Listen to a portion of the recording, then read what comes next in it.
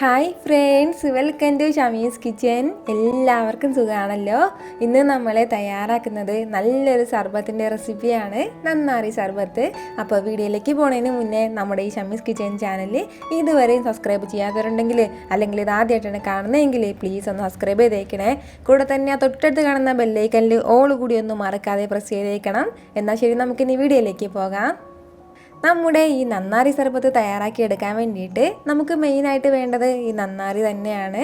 നന്നാരിന്നും നറുനീണ്ടി എന്നൊക്കെ പറയുന്നുണ്ട്. അപ്പോൾ പല സ്ഥലങ്ങളിലും പല പേരിലാണ് പറയുന്നത്. അങ്ങാടിക്കടയിൽ നമുക്കിത് കിട്ടും. നറുനീണ്ടിയുടെ വേരാണ് നമ്മളിത് ഉപയോഗിക്കുന്നത്. 50 ഗ്രാം നറുനീണ്ടി ഇപ്പം ഞാൻ വാങ്ങിയിട്ടുണ്ട്. ഇത് നമുക്ക് ഒരു ബൗളിലേക്ക് ഒന്ന് ചേർത്ത് കൊടുക്കാം. ഇതിപ്പോൾ വേരായതിൻ്റെ പേരിൽ തന്നെ മണ്ണിനടിയിലുള്ള മണ്ണും ഒക്കെ ഒരുപാടുണ്ടാവും ഇതിൽ. അപ്പോൾ നമ്മൾ ഒരു 30 മിനിറ്റ് കുറച്ച് വെള്ളം ഒഴിച്ചിട്ട് നല്ലതുപോലെ ഒന്ന് കുതിർക്കാൻ വേണ്ടിയിട്ട് വെക്കണം. ആ 30 മിനിറ്റ് കൊണ്ട് നമ്മുടെ നറുനീണ്ടിയെല്ലാം ചെറുതായിട്ടൊന്ന് കുതിർന്നിട്ട് കിട്ടും. അതുപോലെ തന്നെ ഈ പുറത്തുള്ള മണ്ണും ചെളിയൊക്കെ ചെറുതായിട്ടൊന്ന് മാറി കുതിർന്നിട്ട് കിട്ടും. അപ്പോൾ നമുക്ക് പെട്ടെന്ന് ഇത് മാറ്റിയെടുക്കാൻ വേണ്ടിയിട്ട് പറ്റും. ഇതിപ്പോൾ ഒരു 30 മിനിറ്റ് ആയിട്ടുണ്ട്. നമുക്ക് കാണുമ്പോൾ തന്നെ അറിയാമല്ലോ, ഇതിൻ്റെ കളറൊക്കെ മാറിയിട്ട് വന്നിട്ടുണ്ട്. ഇനി നമുക്കിത് കൈ വെച്ചിട്ട് നല്ലതുപോലെ ഒന്ന് മിക്സ് ചെയ്ത് കൊടുത്തിട്ട് നല്ലതുപോലെ ഒന്ന് ഈ അഴുക്കൊക്കെ ഒന്ന് മാറ്റിയെടുക്കാം.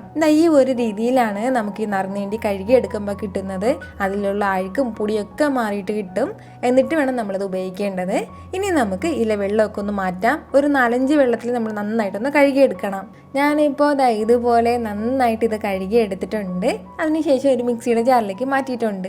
ഇനി നമുക്ക് ഇതിൻ്റെ കൂടെ ചേർത്ത് കൊടുക്കേണ്ടത് ഒരു 3 ഏലക്ക കൂടിയാണ്. ഈ 3 ഏലക്കയും കൂടി ചേർത്ത് കൊടുത്തിട്ട് നമുക്ക് നല്ലതുപോലെ ഒന്ന് കൃഷി ചെയ്തെടുക്കണം. എങ്ങാനും നറുനീണ്ടിയിൽ വലിയ വലിയ പീസുകളൊക്കെ ഉണ്ടെങ്കിൽ അതെങ്ങാനും മിക്സിയുടെ ജാറിൽ അരയാൻ പറ്റുന്നില്ല എന്നുണ്ടെങ്കിൽ ഇടികല്ലിൽ വെച്ചിട്ട് ചെറുതായിട്ടൊന്ന് ചതച്ചിട്ട് ചേർത്ത് കൊടുത്താലും മതിയാവും. അപ്പോഴത്തേക്കും പെട്ടെന്ന് ഇത് അരഞ്ഞിട്ട് കിട്ടും. അപ്പോൾ ഞാനിപ്പോൾ ഇതുപോലെ ചെറുതായിട്ടൊന്ന് പൊടിച്ചെടുത്തിട്ടുണ്ട്. നല്ലതുപോലെ ഇത് പൊടിച്ചെടുക്കാനൊന്നും പറ്റില്ല. ഈ ഒരു രീതിയിൽ നമുക്കിത് കൃഷി ചെയ്തെടുക്കാൻ പറ്റുള്ളൂ. അപ്പോൾ ഈ ഒരു രീതിയിൽ നന്നായിട്ടൊന്ന് കൃഷി ചെയ്തെടുത്ത് കഴിഞ്ഞാൽ പിന്നെ നമുക്ക് തയ്യാറാക്കി തുടങ്ങാം. 50 ഗ്രാം നറുനീണ്ടിക്ക് വേണ്ടിയിട്ട് നമ്മളിപ്പോൾ എടുത്തിട്ടുള്ള വെള്ളം എന്ന് പറയുന്നത് 5 കപ്പ് വെള്ളമാണ്. 250 ml കപ്പിൽ 5 കപ്പ് വെള്ളം. ഈ 5 കപ്പ് വെള്ളത്തിന് നമ്മൾ 4 കപ്പ് അളവിൽ പഞ്ചസാര കൂടി ചേർത്ത് കൊടുക്കണം. അതേ സെയിം കപ്പിൽ തന്നെ 4 കപ്പ് അളവിൽ പഞ്ചസാര കൂടി. നമ്മളിപ്പോൾ സെയിം അളവിൽ വെക്കേണ്ട ആവശ്യമില്ല. കാരണം ഈ 1 കപ്പ് വെള്ളം നല്ലതുപോലെ ഒന്ന് വറ്റിയിട്ട് വരേണ്ടതായിട്ടുണ്ട്. അപ്പോൾ പഞ്ചസാരയും ചേർത്ത് കൊടുത്തതിന് ശേഷം പിന്നെ നമ്മൾ പൊടിച്ച് മാറ്റി വെച്ചിരിക്കുന്ന നമ്മുടെ നറുനീണ്ടിയും കൂടി ചേർത്ത് കൊടുത്തിട്ട് നല്ലതുപോലെ ഇതൊന്ന് മിക്സ് ചെയ്ത് കൊടുക്കാം. ഇനി ഇത് നന്നായിട്ടൊന്ന് തിളച്ചിട്ട് വറ്റിയിട്ട് വരണം. അത്രയും മാത്രമാണ് നമുക്കിതിൽ മെയിനായിട്ടുള്ളത്. എന്നാൽ ശരി, നല്ലതുപോലെ ഒന്ന് ചൂടായിട്ട് വരട്ടെ. ഇടയ്ക്കിടയ്ക്ക് നമ്മൾ ചെറുതായിട്ടൊന്ന് ഇളക്കി കൊടുത്തുകൊണ്ടേ ഇരിക്കണം. ഒരു മീഡിയം ടു ഹൈ ഫ്ലെയിമിൽ തന്നെ നമ്മളിതെല്ലാ സമയത്തും വെച്ചിരുന്നാൽ മതിയാവും. പെട്ടെന്ന് തന്നെ ഇത് നമ്മുടെ നറുനീണ്ടി റെഡിയായിട്ട് വരും. ഇതിപ്പോൾ നല്ലതുപോലെ തിളച്ചിട്ടൊക്കെ വരണുണ്ട്. ഈ സമയത്തൊക്കെ നമുക്കിത് ചെറുതായിട്ടൊന്ന് മിക്സ് ചെയ്ത് കൊടുക്കാം. അപ്പോൾ നമ്മൾ ഇതുപോലെ പൊടിച്ച് ചേർക്കണം. എന്തിനെന്ന് വെച്ചാൽ പൊടിച്ച് ചേർക്കുമ്പോഴാണ് ആ നറുനീണ്ടിയുടെ കളറൊക്കെ കറക്റ്റായിട്ട് ഇറങ്ങുന്നത്.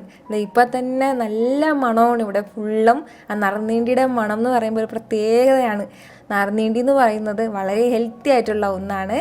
അപ്പോൾ നമുക്ക് പെട്ടെന്ന് സർബത്തൊക്കെ തയ്യാറാക്കണം തോന്നുമ്പോഴോ പുറത്തുനിന്നൊക്കെ ചൂടായിട്ട് വരുമ്പോഴൊക്കെ തയ്യാറാക്കാവുന്നതേ ഉള്ളൂ. ഇതിപ്പോൾ നന്നായിട്ട് തിളച്ച് തുടങ്ങിയിട്ടുണ്ട്. ഇനി നമുക്ക് വേണ്ടത് ഒരു 20 മിനിറ്റ് ഇതിങ്ങനെ തിളപ്പിക്കണം. അത്രയും സമയം കൊണ്ട് ഈ നറുനീണ്ടിയിലുള്ള കളറും അതുപോലെ തന്നെ അതിൻ്റെ മണവും ഒക്കെ ഈ വെള്ളത്തിലിറങ്ങിയിട്ട് വരും. നല്ലതുപോലെ 20 മിനിറ്റ് ഒന്ന് തിളപ്പിച്ചെടുക്കണം. ആ സമയത്തും ഫ്ലെയിം ഒന്ന് മീഡിയത്തിൽ നിന്ന് ഒരല്പം കൂടി കൂട്ടി വെച്ചിരുന്നാലും കുഴപ്പമൊന്നുമില്ല. തീരെ കുറച്ച് വെക്കേണ്ടെങ്കിൽ പിന്നെ വെള്ളം വറ്റിയിട്ട് കിട്ടില്ല. നമുക്ക് ഈ വെള്ളമൊക്കെ വറ്റിയിട്ട് നല്ലതുപോലെ ഒരു തിക്കായിട്ടുള്ള സർബത്തായിട്ട് വേണം കിട്ടേണ്ടത്. എന്നാൽ ശരി, 20 മിനിറ്റ് ഇതിങ്ങനെ ഇരുന്ന് തിളയ്ക്കട്ടെ. ഇതിപ്പോൾ ഒരു 20 മിനിറ്റ് ആയിട്ടുണ്ട്. നമ്മുടെ നന്നാരിയുടെ കളറൊക്കെ നല്ല സൂപ്പറായിട്ട് നമ്മുടെ വെള്ളത്തിലേക്ക് ഇറങ്ങിയിട്ടുണ്ട്. അപ്പോൾ ഇത് ഇത്രയും തന്നെ മതിയാവും. ഇനി നമുക്കിത് ചൂടോടെ തന്നെ ഒന്ന് മാറ്റി വെക്കാം. തണുക്കാൻ വേണ്ടിയിട്ടാണ് മാറ്റി വയ്ക്കുന്നത്. പിന്നെ ഒരു കാര്യം, ഇപ്പോൾ നമ്മൾ എടുക്കുന്ന പഞ്ചസാരയിൽ അഴുക്കുള്ള പഞ്ചസാരയാണെന്നുണ്ടെങ്കിൽ നമ്മൾ ഈ ചൂടോടെ തന്നെ ഇത് അരിച്ചെടുക്കണം. ഈ സമയത്ത് തന്നെ പെട്ടെന്ന് തന്നെ ഒന്ന് അരിച്ചെടുത്തിട്ട് വീണ്ടും നമ്മൾ അടുപ്പത്തേക്ക് വെച്ചിട്ട് നല്ലതുപോലെ തിളപ്പിക്കണം. തിളപ്പിച്ചതിന് ശേഷം പിന്നെ നമുക്കതിലേക്ക് 1 ടേബിൾ സ്പൂൺ അളവിൽ നാരങ്ങാനീര് കൂടി ചേർത്ത് കൊടുക്കണം. നാരങ്ങാനീര് ചേർത്ത് കൊടുക്കുമ്പോഴത്തേക്കും പഞ്ചസാരയിൽ എന്തെങ്കിലും അഴുക്കുണ്ടെങ്കിൽ ഇതിങ്ങനെ പതഞ്ഞിങ്ങനെ പൊങ്ങി വരും. അപ്പോൾ അത് നമ്മൾ ഒരു തവി വെച്ചിട്ട് ചെറുതായിട്ട് ഇങ്ങനെ എടുത്താൽ മതിയാവും. അതിന് ശേഷം പിന്നീട് നമുക്ക് തണുക്കാൻ വേണ്ടിയിട്ട് വെക്കാം. ഞാനിപ്പോൾ ആ ഒരു സ്റ്റെപ്പ് ചെയ്യുന്നില്ല, പകരം ഇങ്ങനെ തന്നെ നമ്മൾ തണുക്കാൻ വേണ്ടിയിട്ട് വെക്കുകയാണ്.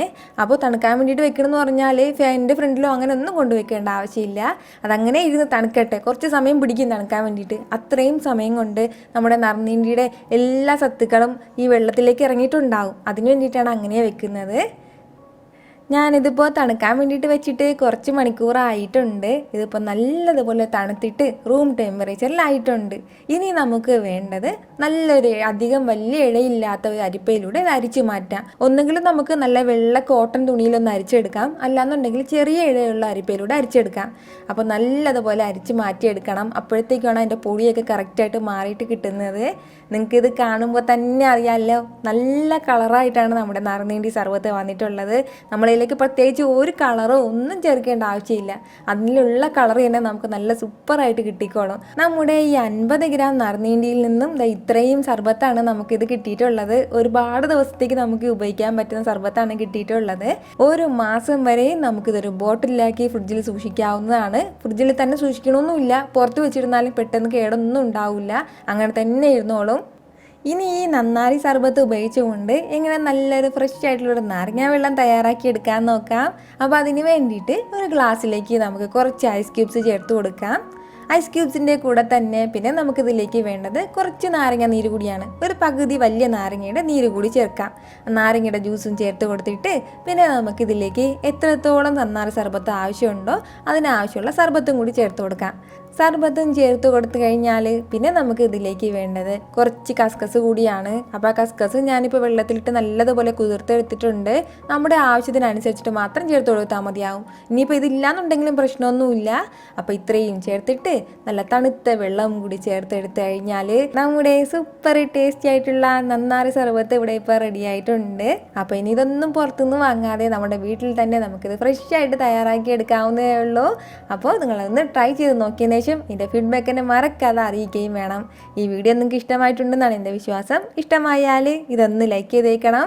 ഇത് മറ്റുള്ളവരും കാണണമെന്ന് ആഗ്രഹിക്കുന്നുണ്ടെങ്കിൽ നിങ്ങളുടെ ഫ്രണ്ട്സിനും ഫാമിലിക്കും എല്ലാവർക്കും ഒന്ന് ഷെയർ ചെയ്ത് കൊടുക്കാനും മറക്കരുത്. വീണ്ടും നല്ലൊരു ഉഷാറ് വീഡിയോ ആയിട്ട് ഞാൻ വരുന്നതായിരിക്കും. അതുവരേക്കും എല്ലാവരും ഹാപ്പി ആയിട്ടിരിക്കുക, സന്തോഷമായിട്ടിരിക്കുക, എല്ലാവരും സേഫ് ആയിട്ടിരിക്കണം. Take care friends.